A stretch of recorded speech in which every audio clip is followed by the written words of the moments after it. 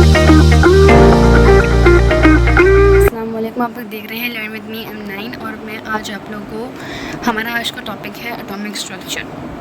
So first of all आप लोगों को पता होना चाहिए कि एटम क्या चीज़ है।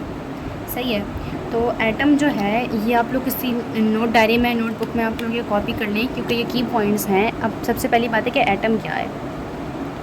फर्स्ट ऑफ ऑल एटम क्या है, ये ग्रीक वर्ड है। सही है, हमने यहाँ पे डाल दी, हम we are just making points over here, हमने पॉइंट डाल दिया। ये क्या है, ग्रीक वर्ड है एक, और ग्रीक वर्ड क्या है, इसका मतलब क्या है। अब ये एटम का मतलब क्या है,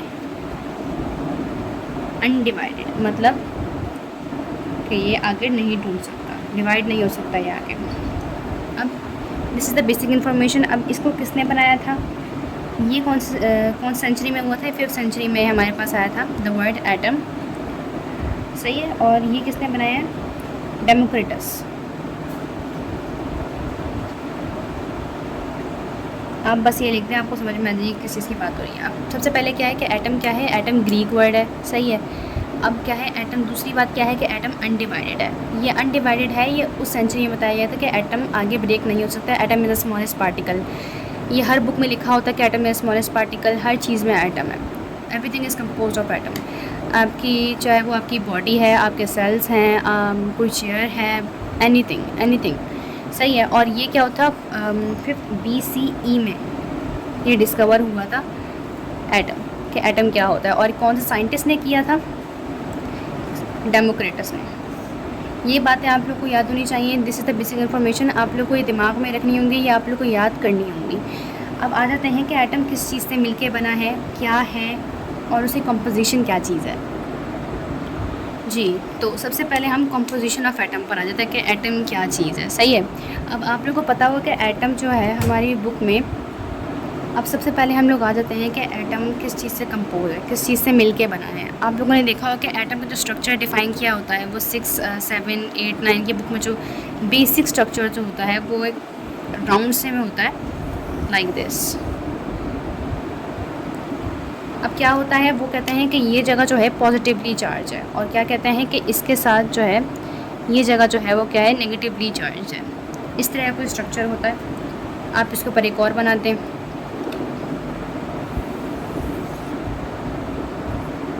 सही है, अब ये बात तो तय हो गई कि भाई बीच का जो शेल होता है, अब सबसे पहले क्या चीज़ है, ये क्या चीज़ है, ये क्या चीज़ है, और ये क्या चीज़ है। सबसे पहले हमें ये बात पता होनी चाहिए कि एटम किस चीज़ से मिलके बना है। सही है, तो यहाँ पे मैं एक बना रही हूँ, एटम किस चीज़ से मिलके बना है, सब एटॉमिक पार्टिकल से। एटम जो है वो सब एटॉमिक पार्टिकल से मिलके बना है, और सब एटॉमिक पार्टिकल्स यहाँ पे क्या हैं, आप सबको पता होना चाहिए, इलेक्ट्रॉन सबसे पहले, उसके बाद है न्यूट्रॉन और प्रोटॉन। अब इलेक्ट्रॉन क्या है, व्हाट इज़ इलेक्ट्रॉन। इलेक्ट्रॉन जो है वो नेगेटिवली चार्ज पार्टिकल है, नेगेटिव चार्ज है उसके पास, और प्रोटॉन क्या है, पॉजिटिवली चार्ज है। और न्यूट्रॉन तो नाम से समझ में आ रहा है कि भाई क्या है, न्यूट्रल है। न्यूट्रल मीन्स बहुत पॉजिटिव एंड नेगेटिव चार्जेस। अब आपको ये पता होना चाहिए कि एटॉमिक स्ट्रक्चर में ये लाइन क्या डिफ़ाइन करिए, ये लाइन क्या डिफ़ाइन करिए, what is this and what is this. Okay, तो सबसे पहले आपको पता होना चाहिए कि ये जो बीच वाला सर्कल है, मैं शेड कर रही हूँ सर्कल को, ये सर्कल क्या है, फर्स्ट ऑफ ऑल ये सर्कल क्या है, न्यूक्लियस।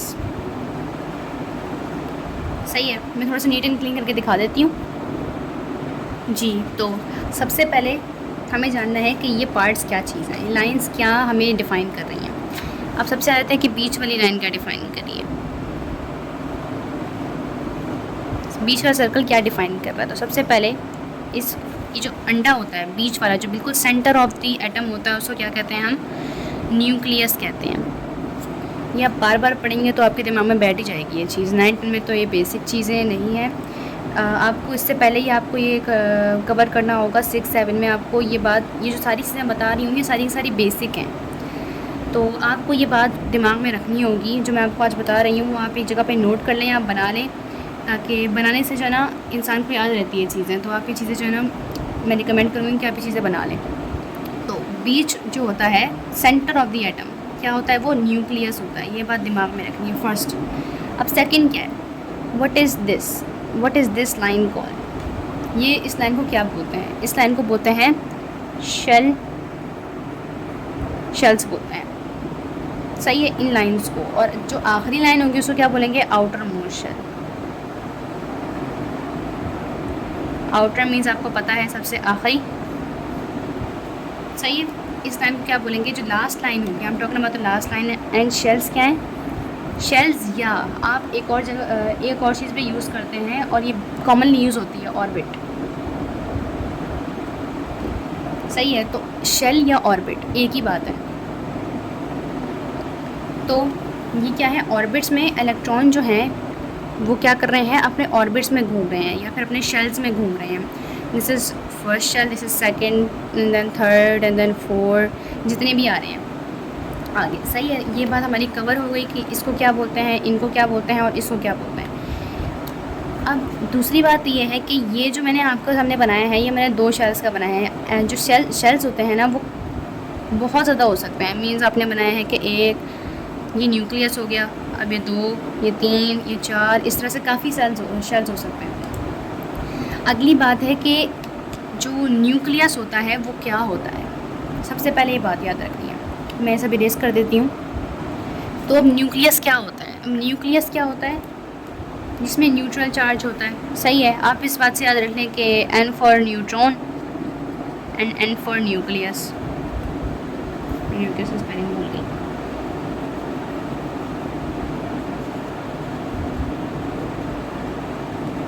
सही है, तो अब क्या होता है? न्यूक्लियस क्या है? और जो सेंटर ऑफ एन एटम होता है वो, ये means we are talking about this thing. Centre क्या है? दिमाग में रखना है, सेंटर क्या है? न्यूक्लियस। अब हमें आगे क्या पढ़ना है कि न्यूक्लियस क्या होता है।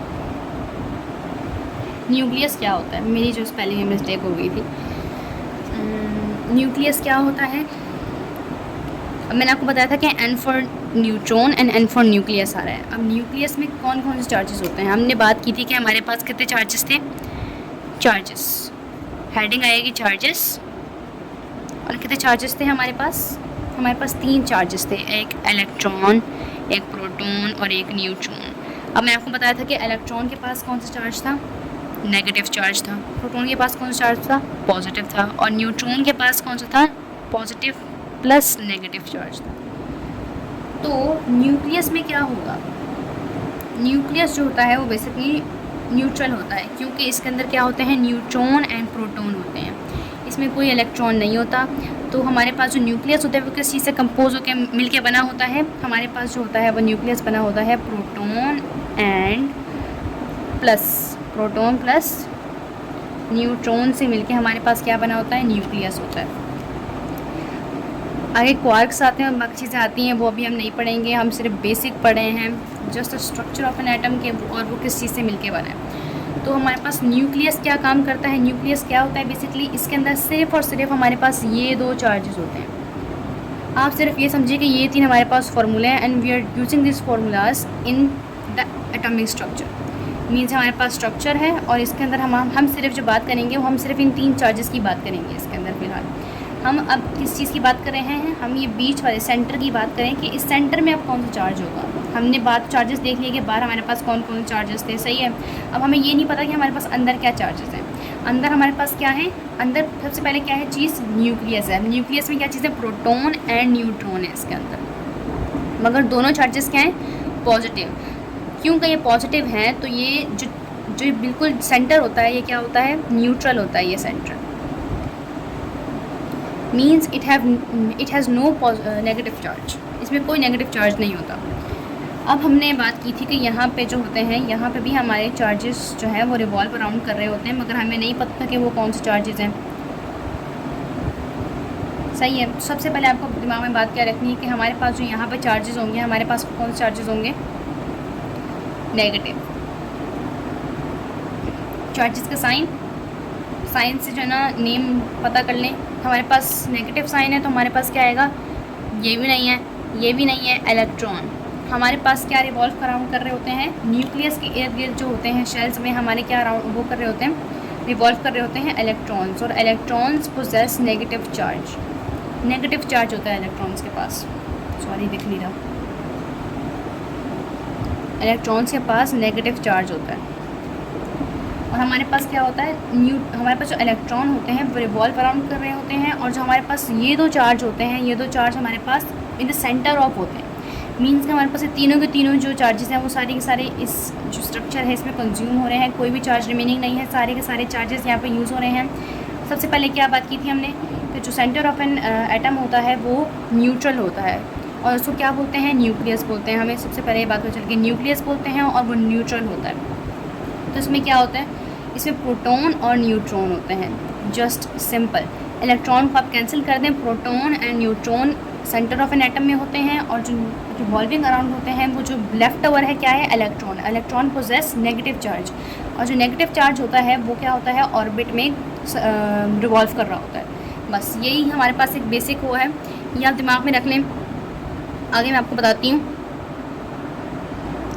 यहाँ पे मैं आप लोगों को रदरफोर्ड एटॉमिक मॉडल का भी थोड़ा सा बता रही हूँ, जस्ट द कंक्लूजन। मैं एक्सपेरिमेंट नहीं बता रही हूँ उसने क्या किया था, ये मैं अगली वीडियो में बता दूँगी, मगर यहाँ पे मैं सिर्फ कंक्लूजन बता रही हूँ कि उसने एटम के हवाले से क्या कहा था। सपोज़ कि ये हमारे पास क्या है, एटम है, सही है। This is the neutral means positive charge, और इसका क्या है, नेगेटिव चार्ज, सही है। तो अब क्या बात हुई कि न्यूक्लियस जो उसने कहा था कि most of an atom is empty, उसने कहा था कि मोस्ट ऑफ एन एटम क्या है, एम्प्टी है। असल में उसने क्या किया था, उसने जो बीम ऑफ लाइट थी ना, लाइट, उसने एक लाइट सोर्स ऑफ लाइट ली और उससे क्या किया, बीम पास की। अब जब बीम पास की ना तो यहाँ पे नेगेटिव था, यहाँ पे नेगेटिव नेगेटिव नेगेटिव नेगेटिव, और उसने किस चीज़ की बीम पास की थी, अल्फ़ा पार्टिकल्स की, पॉजिटिवली चार्ज पार्टिकल्स की। Alpha particles means positively charge particles. तो आपको ये बात पता है कि positive positive repel each other, negative negative repel each other due to the law that the both and the similar charges repel each other, और जो different charges होते हैं means plus and minus attract each other। ये बात तो आप लोगों को पता ही, बेसिक बातें हैं कि जो सेम चार्ज होते हैं वो रिपेल करते हैं, this is the common thing. तो जब यहाँ पे हमारे पास ये रेस टकराई थी, मीन्स कि यहाँ से ये एक रे चली गई, क्योंकि ये किसी भी चीज़ से नहीं टकराई है, दूसरी रे आई यहाँ से ऐसे चली गई। अब यहाँ पे इसने क्या किया है, नेगेटिव को स्ट्राइक किया, सही है, नेगेटिव को इसने स्ट्राइक किया और थोड़ी सी बेंड हो गई, सही है। अब जो मेन चीज़ थी वो क्या थी, पॉजिटिव टू पॉजिटिव इंट्रैक्शन। अब जब अल्फ़ा पार्टिकल जो है वो किसी भी पॉजिटिवली चार्ज से हुआ, इंट्रैक्ट हुआ, तो उसने क्या किया, बाउंस बैक हो गया वो फ़ौरन से। उसने एक लार्जर एंगल पे उसने क्या बनाई, उसकी रिफ्लेक्शन क्या हुई, लार्जर एंगल पे हुई, मीन्स यहाँ से यहाँ, यहाँ से यहाँ, जितना भी हो रहा है, यहाँ से यहाँ तो नहीं होगा, यहाँ से यहाँ, इस तरह से। क्योंकि पॉजिटिव जब बीम जा रही थी तो, और पॉजिटिव न्यूक्लियस के ऊपर, उसने सिर्फ ये पता करने के लिए अल्फ़ा पार्टिकल्स की बीम भेजी थी कि जो न्यूक्लियस होता है वो सच्ची में पॉजिटिवली चार्ज होता है, और जो सराउंडिंग होता है वो इलेक्ट्रॉन सराउंडेड होता है। मीन्स कि वो असल में स्ट्रक्चर ऑफ एन एटम को डिफ़ाइन करने के लिए उसने ये एक्सपेरिमेंट परफॉर्म किया था, ताकि वो पहचान सके, जान सके कि एटम कैसे बना है, एटम का स्ट्रक्चर क्या है, सही है। अब हम आ जाते हैं टॉपिक पे कि अब हमारा कंक्लूजन क्या था। तो उसने बोला कि most of an atom is empty. क्यों एम्प्टी था, क्योंकि कुछ लाइन्स जो थी वो ना पॉजिटिव से टकराई ना नेगेटिव से, वो जस्ट अपने काम से काम रखती हुई आगे निकल गई, ये भी आगे निकल गई। तो उसने बोला कि most of the atom is empty, सही है। अब दूसरी उसने बात की कि न्यूक्लियर जो है वो छोटा सा है, मगर बहुत उसके अंदर क्या है, डेंस है वो। मीन्स कि जो एटम जो है, एटम का डेंस रीजन क्या है, न्यूक्लियस। न्यूक्लियस जो है वो क्या है, डेंस है, सबसे डेंस है ये। मीन्स पहले किस चीज़ की बात हो रही है, न्यूक्लियस की। न्यूक्लियस को क्या कह रहा है कि न्यूक्लियस भले वो छोटा है मगर वो डेंस है, उसमें जो है उसकी डेंसिटी ज़्यादा है बाकी compare to the rest of the atom, सही है। उसने दूसरी बात क्या कही थी कि इलेक्ट्रॉन्स जो हैं वो क्या हैं, प्रोटॉन जो है पॉजिटिवली चार्ज प्रोटॉन के इर्द गिर्द जो रिवॉल्व कर रहे हैं वो सिर्फ इलेक्ट्रोस्टैटिक फोर्स के तहत ही वो रिवॉल्व कर रहे हैं। सही है, क्योंकि आपको पता है कि पॉजिटिव और नेगेटिव चार्जेस जो हैं वो आपस में अट्रैक्ट कर लेते हैं। सही है, तो और ये बात भी कही थी, this was the first thing, this was the second thing, मैं यहाँ पे मेंशन कर रही हूँ। थर्ड बात क्या थी? थर्ड बात ये थी कि जो ये एटम है ना, ये एटम जो है ये नेगेटिवली चार्ज से नेगेटिवली चार्ज इलेक्ट्रॉन्स के थ्रू ये जो है ना रिवॉल्व कर रहे हैं ऑर्बिट में। कोई पॉजिटिवली चार्ज कोई भी प्रोटॉन या फिर न्यूट्रॉन जो है वो रिवॉल्व नहीं कर रहा है ऑर्बिट में, ओनली नेगेटिवली चार्ज इलेक्ट्रॉन्स।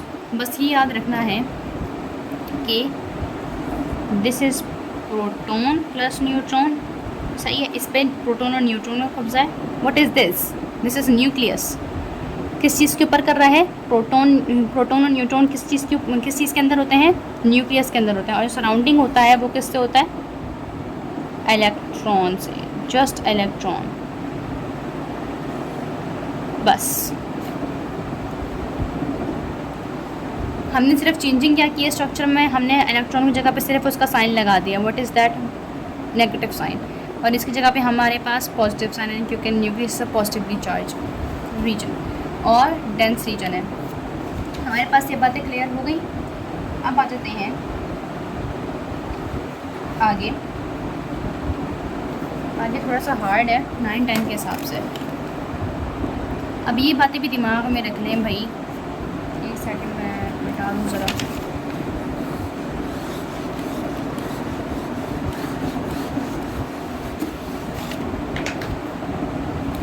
सही है, सबसे पहले हमने बात क्या की थी कि atom is empty, most of the atom is empty. सही है, सारा का सारा नहीं, मतलब थोड़ी जगह की बात हो रही है यहाँ पे। ये हमारे पास पहला पॉइंट आ गया। दूसरे मार्कर से लिख रही हूँ, ये पॉइंट्स आप कॉपी कर लें। दूसरा क्या है? न्यूक्लियस जो है वो छोटा है। न्यूक्लियस का है, छोटा है, मगर वो क्या है? But it is dense. सही है, ये हो गया। अब थर्ड बात, तीसरी बात हमने क्या की थी कि electron are bounded with positively charge particles through electrostatic force. सही है, मीन्स के इलेक्ट्रॉन जो हैं are bounded due to are bounded with proton, positive use कर रही हूँ साइन। किस वजह से हो रहे हैं? Just because of the electrostatic force, electrostatic force in between them. अब चौथा पॉइंट क्या है?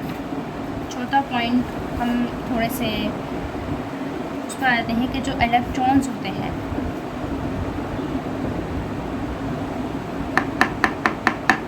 जो आउटर मोस्ट शेल होता है, आउटर मोस्ट शेल मैंने आपको बता दिया था उसको, of the nucleus, outermost shell of the atom जो होता है उसको हम क्या कहते हैं? इलेक्ट्रॉन शेल भी कहते हैं, इलेक्ट्रॉन शेल। ये बात हमने पहले बता दी थी कि भाई जो एटम होता है वो किससे मिलके बना होता है? एटम इज इक्वल टू, ये फॉर्मूला याद रखें आप, atom is equal two electron plus proton plus neutron. ये बात हमारे पास हो गई। अब दूसरी बात हमारे पास हमने जो अभी बात नहीं की थी वो ये बात थी कि भाई जो हमारे पास ये न्यूक्लियस है, सही है, अब इसके अंदर हमने क्या की, हमें पता है कि यहाँ पे हमारे पास पॉजिटिव और एक न्यूट्रल चार्ज हमारे पास है। सही है, तो अब ये प्रोटॉन एंड न्यूट्रॉन जो है वो आपस में कैसे बाइंड है, कैसे, कौन सी फोर्स इनको आपस में मिले रख रही है? तो जो फोर्स इनको मिले रख रही है उसको हम क्या कहेंगे? न्यूक्लियर फोर्स, न्यूक्लियर फोर्स कहेंगे हम उसको। और इसको जो है वो आप कहते हैं GLUONS, GLUONS। हो गया है क्लियर। तो 6th पॉइंट हमारे पास क्या आ जाएगा, nucleus is equals to proton plus neutron, और इनको क्या बाइंड करके रख रहा है, मैं यहाँ पे लिख देती हूँ, इनको क्या बाइंड करके रख रहा है, हमारे पास कौन सी फोर्स है, न्यूक्लियर फोर्स है हमारे पास। ये जो आपको फोर्सेस बता रही हूँ ना, आप याद रखें, क्योंकि ये जो है भूल जाते हैं और ये MCQs में भी आ सकती है। हमने पहले 3rd पॉइंट में बात की है इलेक्ट्रोस्टैटिक फोर्स की, जो इलेक्ट्रॉन और प्रोटॉन को बाइंड कर दी है। फिर हमने 6th जो पॉइंट है, हमने उस पर किसकी बात की है, प्रोटॉन और न्यूट्रॉन की बात की है, जो न्यूक्लियस के अंदर हैं, और उनको कौन सी फोर्स बाइंड कर रही है, न्यूक्लियर फोर्स बाइंड कर रही है। बहुत ईजी है, न्यूक्लियस में न्यूक्लियर फोर्स बाइंड कर रही है। अब 7 क्या आ जाता है, 7 बात ये है कि हमारे पास जो प्रोटॉन है और न्यूट्रॉन है, उसमें कौन बड़ा है, किसका मास ज़्यादा है। अब इस बारे में हम क्या कहेंगे कि हमारे पास क्या है, मास ऑफ न्यूट्रॉन हमारे पास ज़्यादा है मास ऑफ प्रोटॉन से। ये दिमाग में रखना है कि न्यूट्रॉन का जो है मास वो क्या होता है, प्रोटॉन के मुकाबिल ज़्यादा होता है, मतलब कि इसका वेट ज़्यादा है इससे, सही है। तो ये क्या होता है, मोर डेंस होता है, मतलब इसका मास ज़्यादा होता है।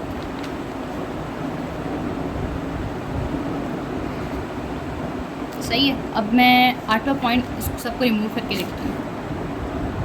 ये आप सबसे पहले कॉपी कर लें, क्योंकि जब मैं मिटा दूँगी ना तो फिर उसके बाद मैं वापस लिखूँगी नहीं, तो आप भी सब कॉपी कर लें या फिर वीडियो सेव कर लें। अब क्या है हमारे पास आई थिंक सो 8वां पॉइंट था। 8वां पॉइंट क्या है कि हमारे पास जो इलेक्ट्रॉन्स होते हैं, electrons is the fundamental means the basic, fundamental means basic, थोड़ा टेढ़ा हो गया, सॉरी। 8 इधर आ जाता है, इलेक्ट्रॉन्स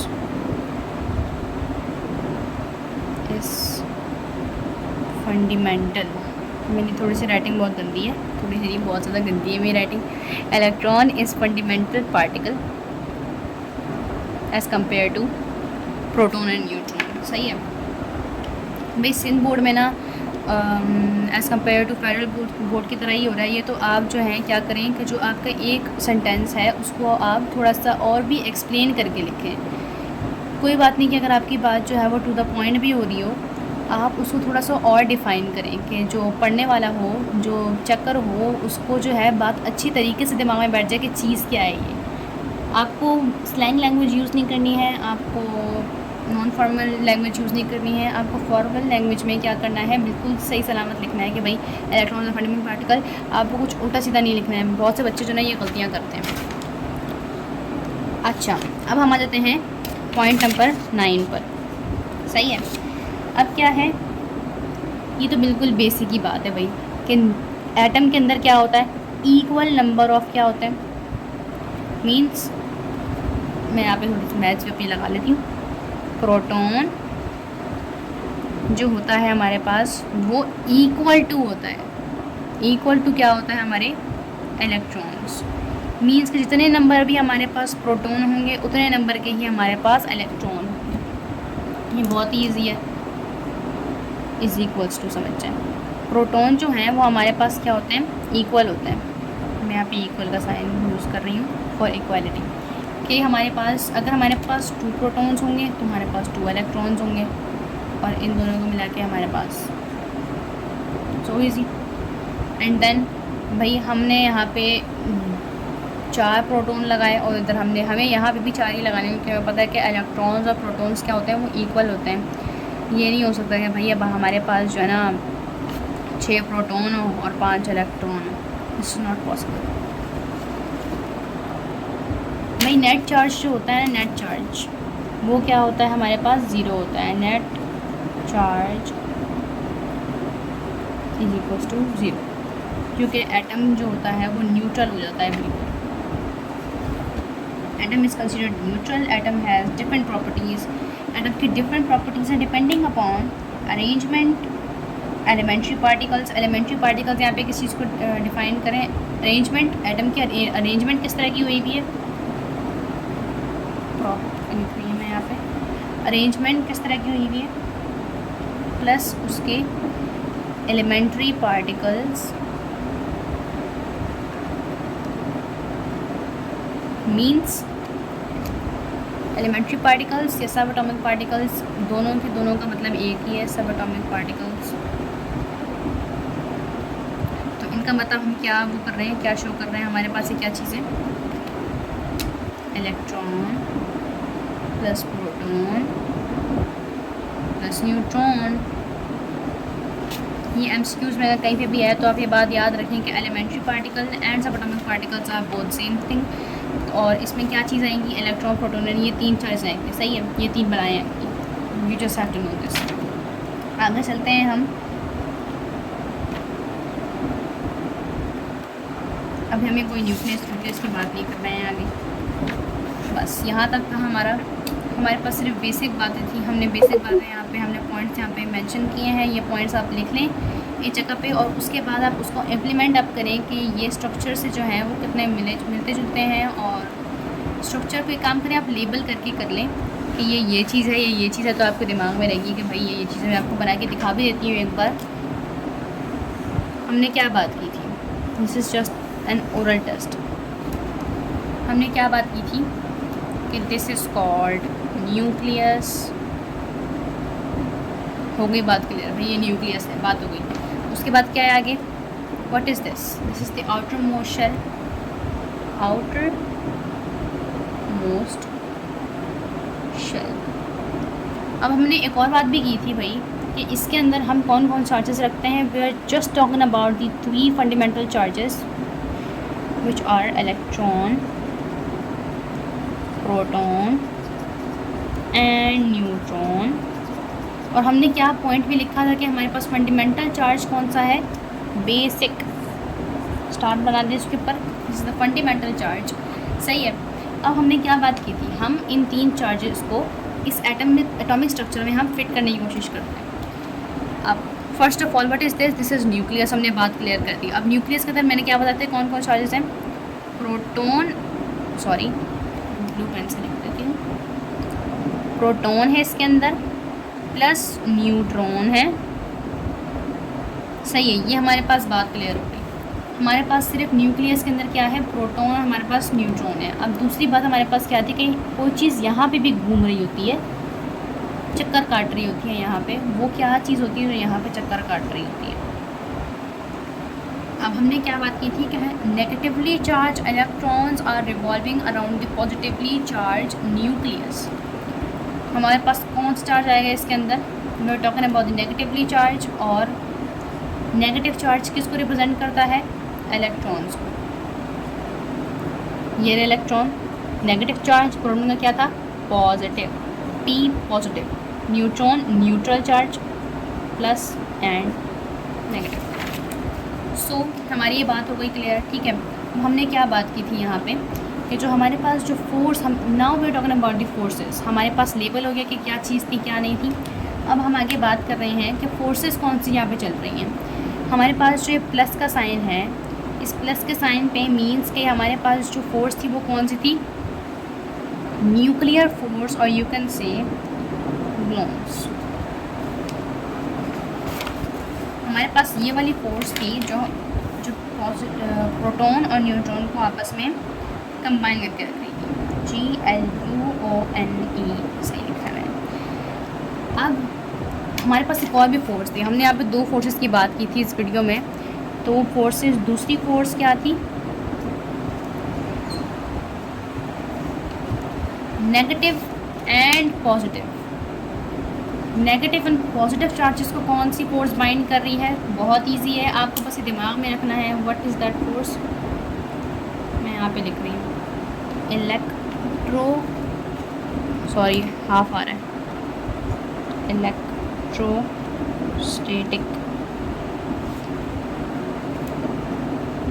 फोर्स। यहाँ पे कौन सी फोर्स बाइंड कर रही है इन दोनों means I am talking about these things, कौन सी फोर्स कर रही है, इलेक्ट्रोस्टैटिक फोर्स यहाँ पे इन दोनों को बाइंड कर रही है। हमने एक और बात भी की थी भाई कि न्यूट्रॉन छोटा है, सॉरी न्यूक्लियस छोटा है, मगर क्या है बाकी जो है वो एटम के मुकाबले में डेंस है। तो हम यहाँ पे ब्रैकेट में लिख देते हैं ये भाई ये डेंस है।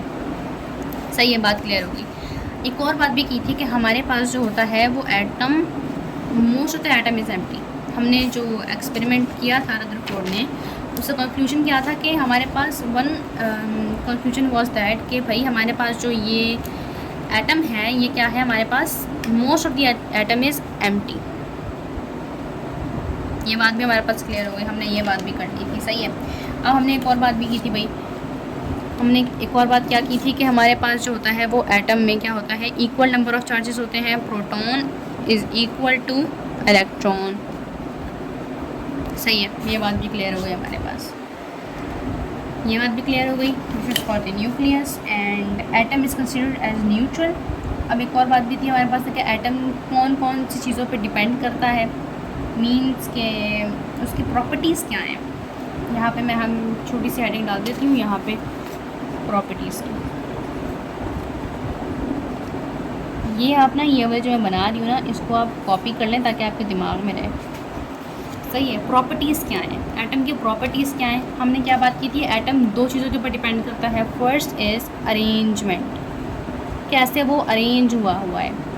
First is arrangement and second one is elementary particle और subatomic particles, means electron, proton और न्यूट्रॉन। एलिमेंट्री, इसमें क्या क्या आते हैं मैं यहाँ पे लिख देती हूँ, proton, neutron and proton, electron and neutron. ये बात भी हमारे पास क्लियर हो गई।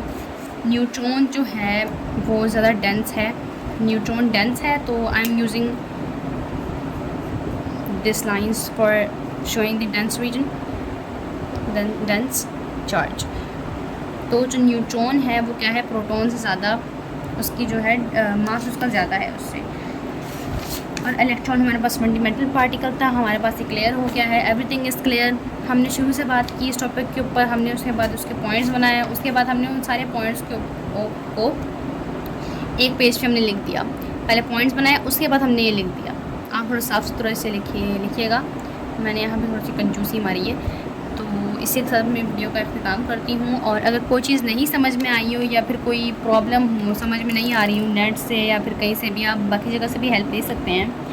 तो उधर क्या करिएगा, आप मुझे कमेंट बॉक्स में बता दीजिएगा कि आपको कौन सी प्रॉब्लम है, कौन से सवाल में प्रॉब्लम हो रही है। एनी क्वेश्चन, क्या आपका कोई स्कूल का क्वेश्चन है वो समझ नहीं आ रहा, आपका कोई रीजनिंग क्वेश्चन है, टीचर के मुताबिक से आपका कोई क्वेश्चन है कि टीचर के पॉइंट ऑफ व्यू से टीचर ने कोई आपसे क्वेश्चन लिया हो और आपको बोला हो कि आप फाइंड आउट करके आए उसके ऊपर, तो आप मुझसे कमेंट बॉक्स में पता कर सकते हैं।